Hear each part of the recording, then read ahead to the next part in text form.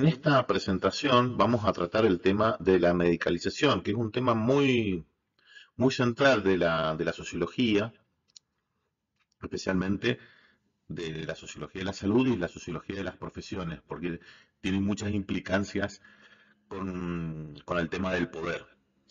Es por esto que lo hemos dejado para este momento, porque antes hemos hablado de los modelos de entender la salud, la enfermedad y la atención, la visión individual, la visión colectiva, estos distintos enfoques, porque básicamente se trata del caso más evidente de aplicación o de respuestas de tipo individual o de tipo médico o soluciones médicas a problemas que lo exceden, ¿sí? A problemas que no son de raíz biológica o problemas relacionados con las esferas bio y psicosocial de la salud, sino con cuestiones que son producidas por factores sociales.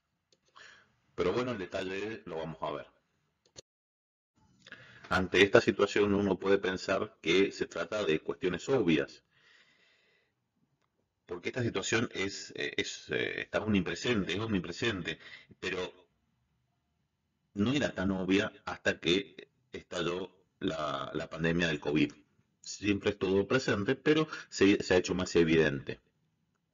Y en este punto es esencial no confundir el evento epidemiológico del virus y su expansión con la respuesta social o la respuesta del sistema de salud o la respuesta pública. Esto es, no confundir pandemia con aislamiento, no es lo mismo. Puede ser que sea obvio que no, pero bueno, no se usa usualmente como sinónimo. Cuando estalló, ocurrió la pandemia, en realidad lo que se está hablando muchas veces de ejemplos relacionados con el aislamiento, porque la respuesta social, esto es el aislamiento o cuarentenas, no fueron iguales en todos los países, no fueron iguales con respuestas distintas. Esto se refiere a entender un problema que es social como un problema médico. Por lo tanto, se trata de encauzar o normalizar esa conducta que es desviada o que es no normal. Y en muchos casos, esto es conocido en el caso de los niños, con lo que se conoce como el síndrome de hiperactividad y otros tipos de tratamientos para niños que son inquietos, que pueden ser de raíz, de raíz, un problema de raíz este, biológica o no, o social, de su entorno, por un problema de adaptación. El hecho es que la respuesta médica los vuelve menos inquietos. ¿Por qué es un tema tan importante, de tanto interés para la sociología y especialmente para la sociología de la salud? Es porque aquí ocurren, aparecen, manifiestan o emergen todas las cuestiones que están solapadas o están implícitas en las relaciones de poder. Acá se notan, se empiezan a ser evidentes en las relaciones de poder que se ejercen en las sociedades. Desde la macro, puede ser de la industria farmacéutica, hasta las relaciones de poder entre los profesionales y los pacientes. Aparece el cuestionamiento del poder. Se hace visible el poder de la medicina y de los que la ejercen. El poder social de los que ejercen la salud, o mejor dicho, los que aplican la medicina es muy importante. Desde certificar que una persona esté 2 metros bajo tierra, enviarla a un hospital o a una institución mental, introducir principios de racionalización o principios de saneamiento o de cómo manejar el sistema de salud y de cómo deben manejarse las sociedades. Esto fue muy conocido a principios del siglo XX con todas las tendencias higienistas de la sociedad. El higienismo fue uno de los mecanismos por los cuales la profesión médica se tuvo mucha legitimidad por su eficacia en controlar o conducir las epidemias. Pero también implica una lógica, mejor dicho, un manejo de una lógica de administración de los recursos sanitarios. Esto es decidir en qué se gasta y en quién. Más allá de eso, y relacionándolo con las personas, también plantea un cuestionamiento sobre quién decide que una persona está enferma o no y cuáles son los límites entre salud, enfermedad y atención. ¿Qué es estar sano, qué es estar enfermo? ¿Y qué implicancias tiene para los aparatos de poder y para la industria? Aquí se presenta la definición, el concepto, que es lo que está resaltado en amarillo, y que demuestra la expansión del complejo médico.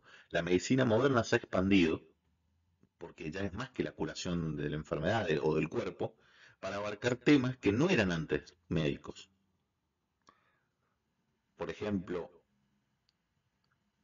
la hospitalización de los partos, la hospitalización de la muerte, la elección sexual, en cuanto a las terapias correctivas de las mismas.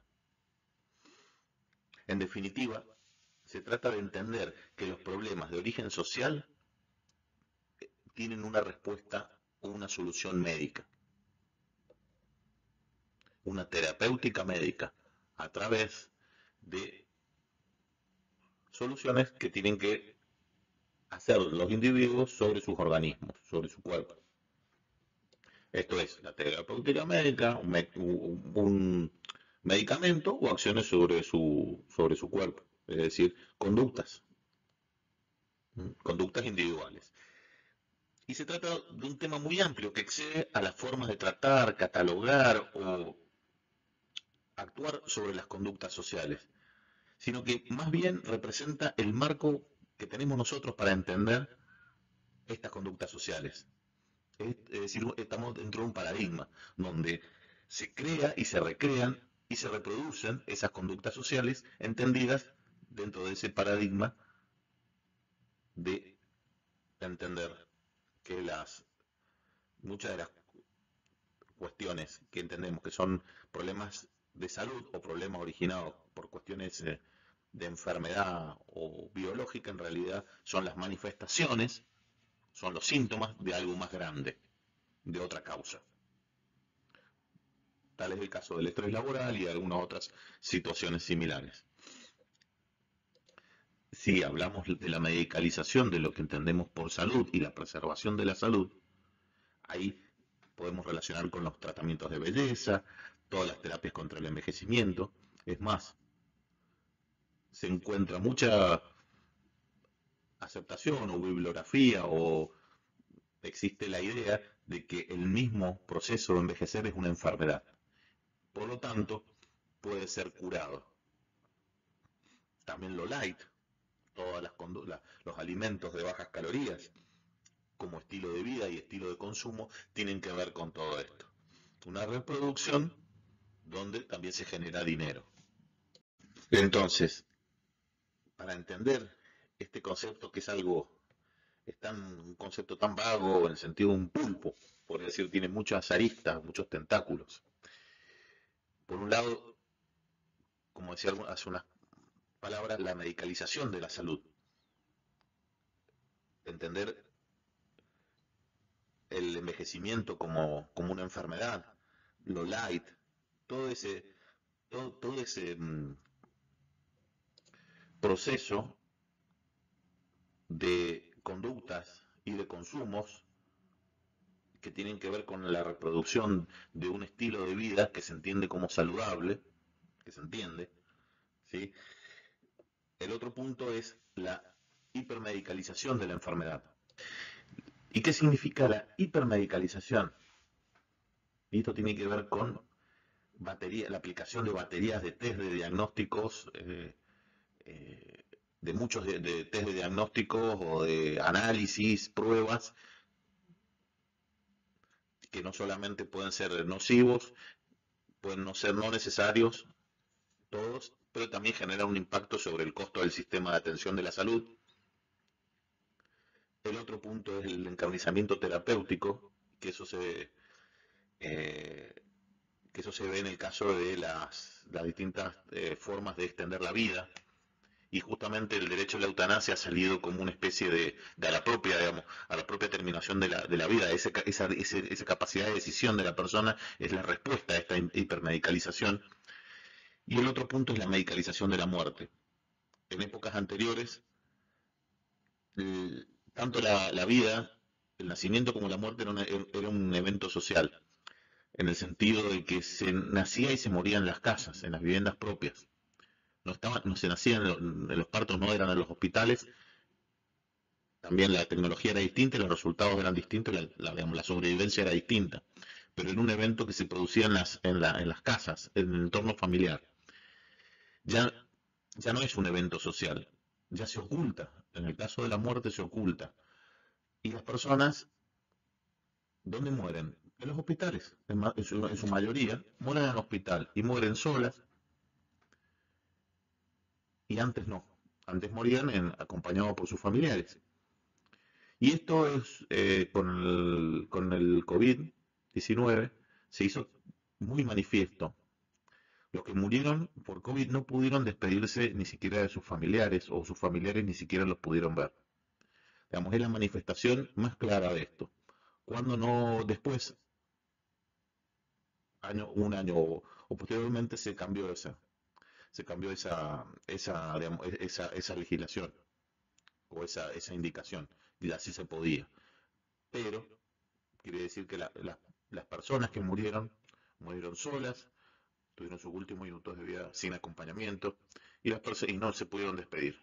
Tanto esa persona que sabía que se iba a morir, como sus familiares. Y esto es uno de los claros ejemplos de esta cuestión aséptica, de esta medicalización, que lo hemos visto en los medios, y lo hemos visto, y seguramente todos hemos sido testigos de esto, de esta burocratización de la muerte. También, más allá del evento del caso del COVID, tiene que ver con la medicalización de la muerte, con la negación de la muerte, en el sentido como parte del proceso. Y esto recuerda tanto a Walt Disney como a las distintas formas de criogenización y todo ese tipo de investigación experimental, de tecnología para prolongar la vida. En definitiva, estas tres dimensiones que producen, por un lado, el tratamiento o la etiquetación de personas sanas que se tratan como enfermas. El parto no es una enfermedad, y todos los eventos que tienen que ver con el embarazo de las mujeres. También se legitima toda la medicina, en el sentido de la medicina occidental, como la única forma de eh, conducir todos estos procesos. También es un refuerzo de qué es lo considerado bueno y deseable en una sociedad y lo que no. Y lo que no tiene que ser tratado. ¿Cómo se trata? Mediante soluciones médicas. ¿Por qué el dilema de la prevención? Porque también la prevención también puede significar la generación de hábitos y de conductas que refuerzan la dependencia con consumos que se creen saludables. Y esto es muy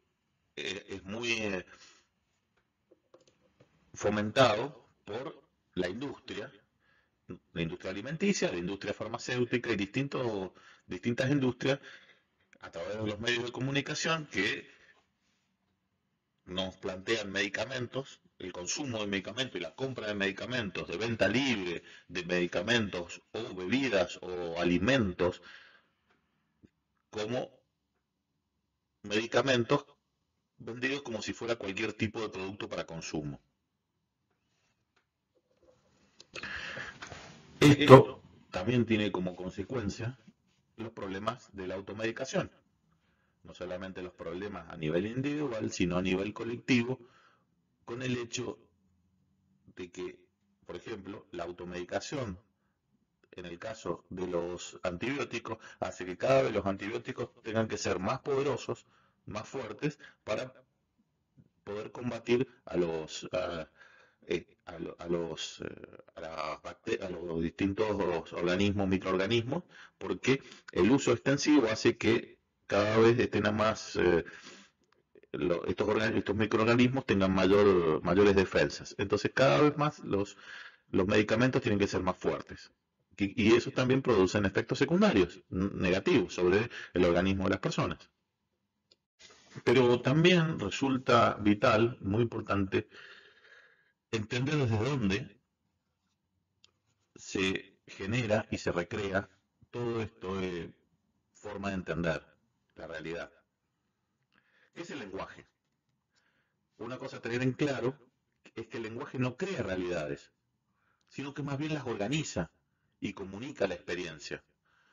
Entonces, por más que se hable de determinada manera, eso no va a cambiar la realidad, no va a cambiar lo que ocurre más allá de que uno hable de una manera. No cambia la realidad, la estructura social no la cambia, el hecho de hablar no la cambia.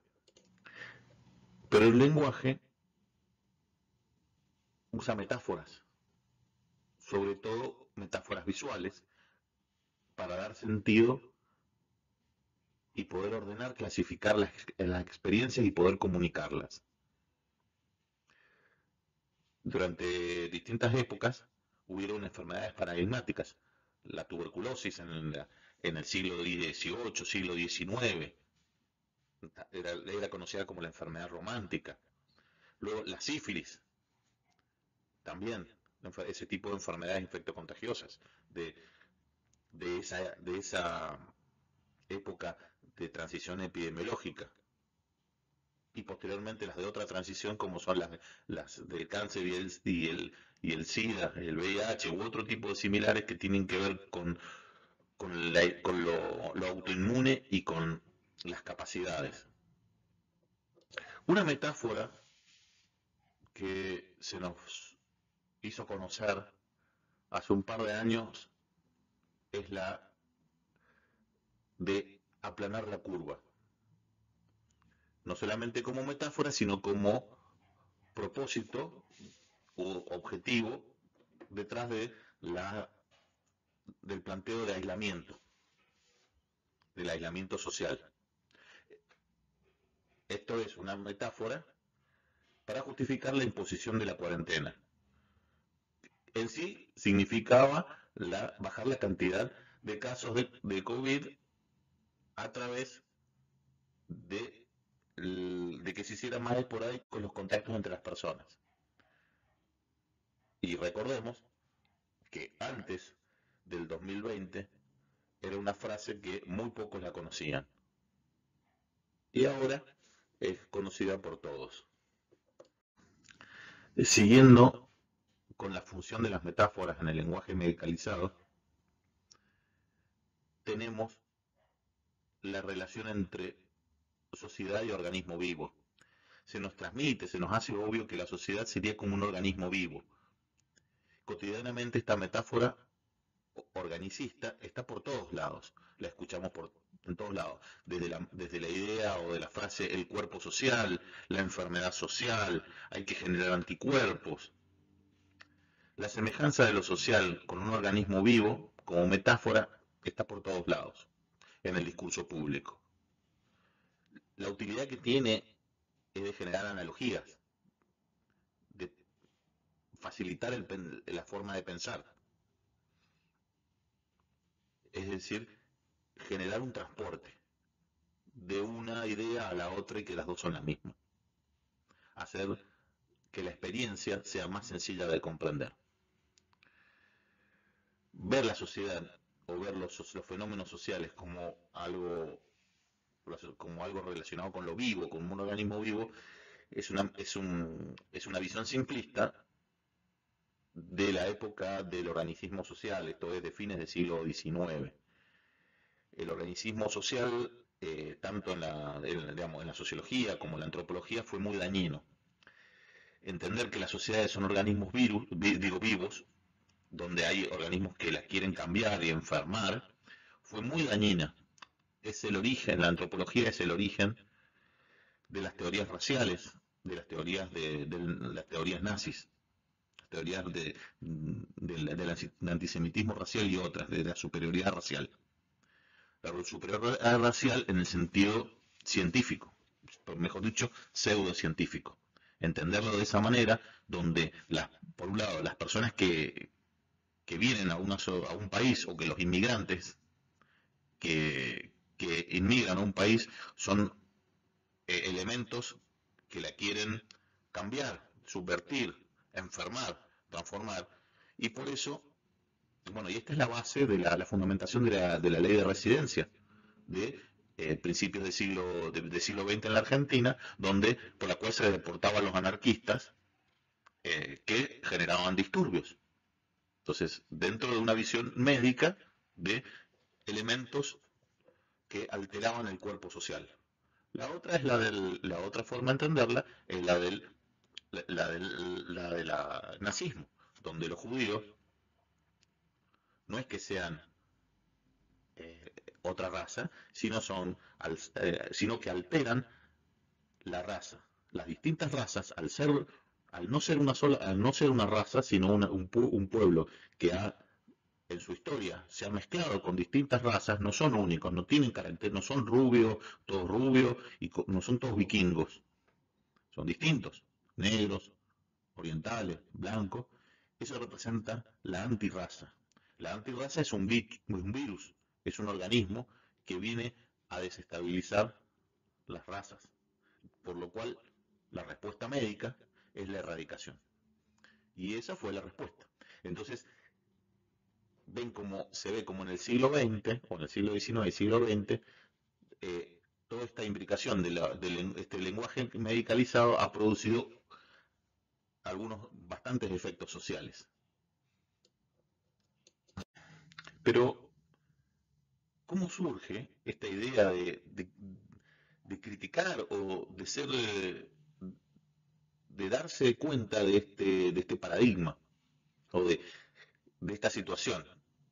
Uno de los primeros fue un filósofo húngaro, Iván Illich, que plantea, por mediados de los 70, justamente en la época de la filosofía de Foucault, de la filosofía deconstructivista, que plantea este tipo de crítica donde se empieza a desmontar cosas que eran tan transparentes que uno no se daba cuenta. Plantea que justamente la medicina institucionalizada produce iatrogenia. A veces, en vez de producir un bien, está produciendo un mal.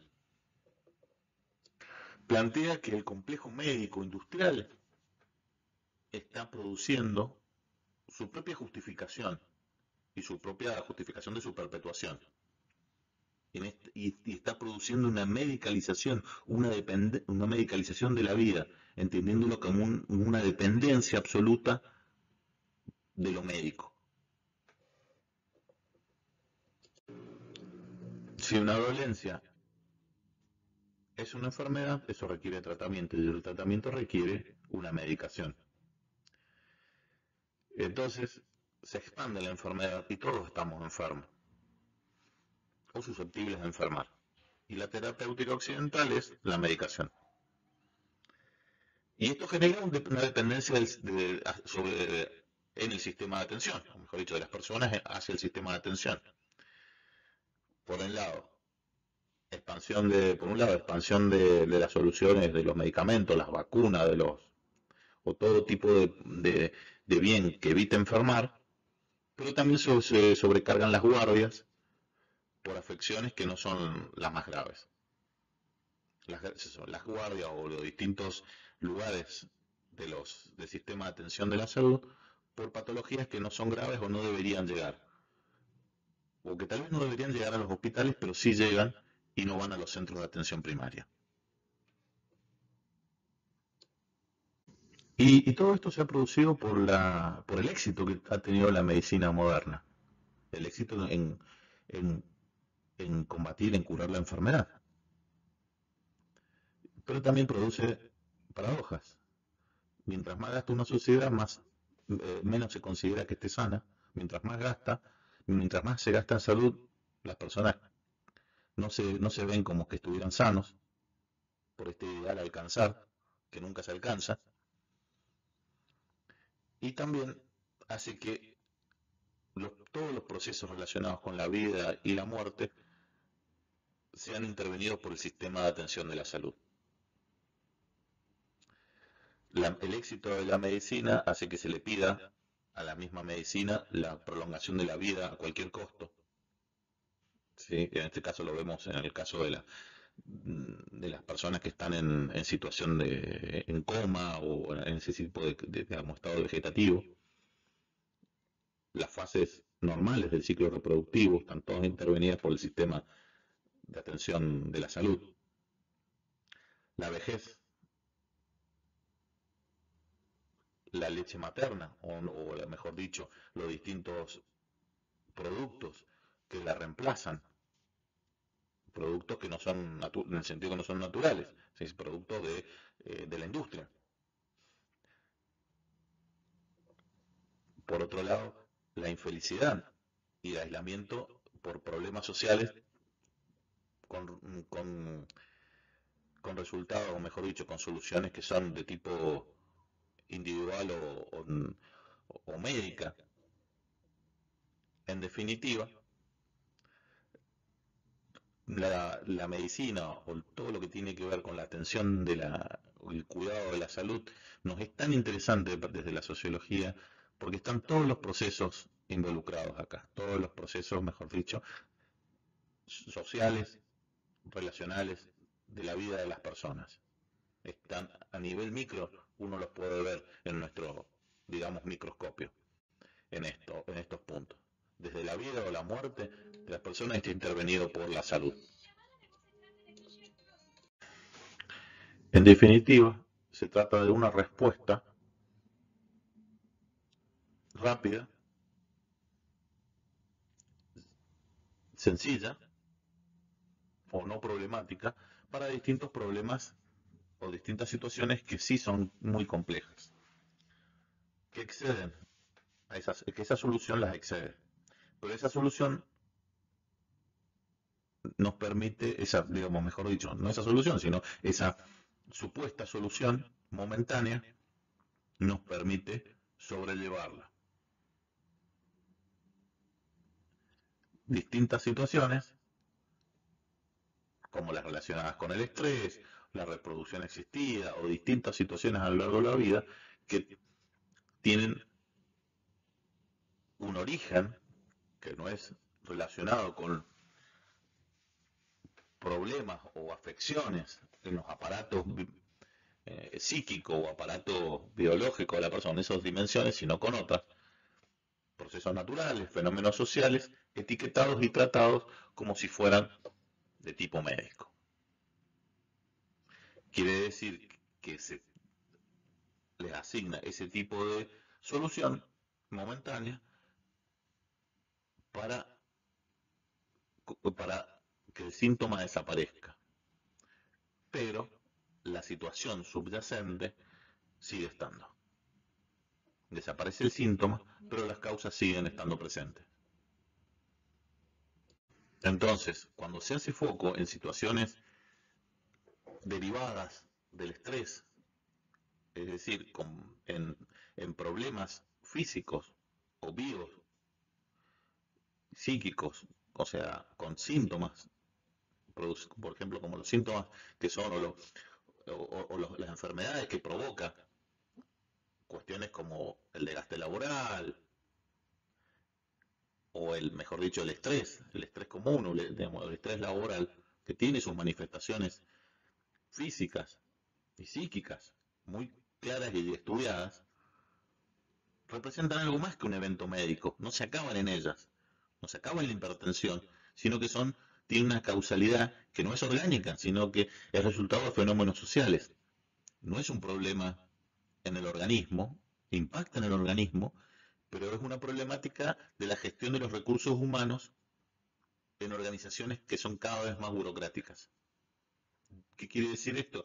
Situaciones donde las personas cada vez, o los trabajadores, tienen cada vez menos posibilidades, y esto impacta sobre todas las esferas o las dimensiones de lo que entendemos que es la salud, lo biológico, lo psicológico, lo social y lo simbólico.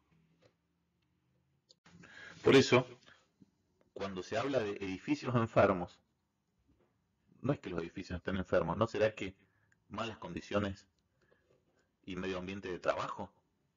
No es que los edificios estén enfermos, sino que las personas que están ahí enferman porque el ambiente laboral es malo en términos de la infraestructura y las relaciones sociales que se generan y que funcionan ahí. Entonces, volviendo al principio, como tema relacionado con el poder y el control social, decimos que salud y enfermedad, y también la atención de la misma, ese proceso de salud, enfermedad y los mecanismos sociales por la cual se organiza esa atención, que es distinta en todos lados, son una construcción social, no son naturales. Y a través de la historia lo hemos visto con los distintos tipos de enfermedad y las transiciones epidemiológicas que han existido. Y esta forma de construir y entender la salud y la enfermedad y la forma de atenderla están contenidas dentro de este paradigma de control social, que es de la medicina actual o de lo que nosotros entendemos como medicalización. Respuestas médicas para problemas sociales que exceden a ese evento, y entonces lo que se trata o sobre lo que se trabaja es sobre el síntoma, pero la causa sigue quedando y explota después.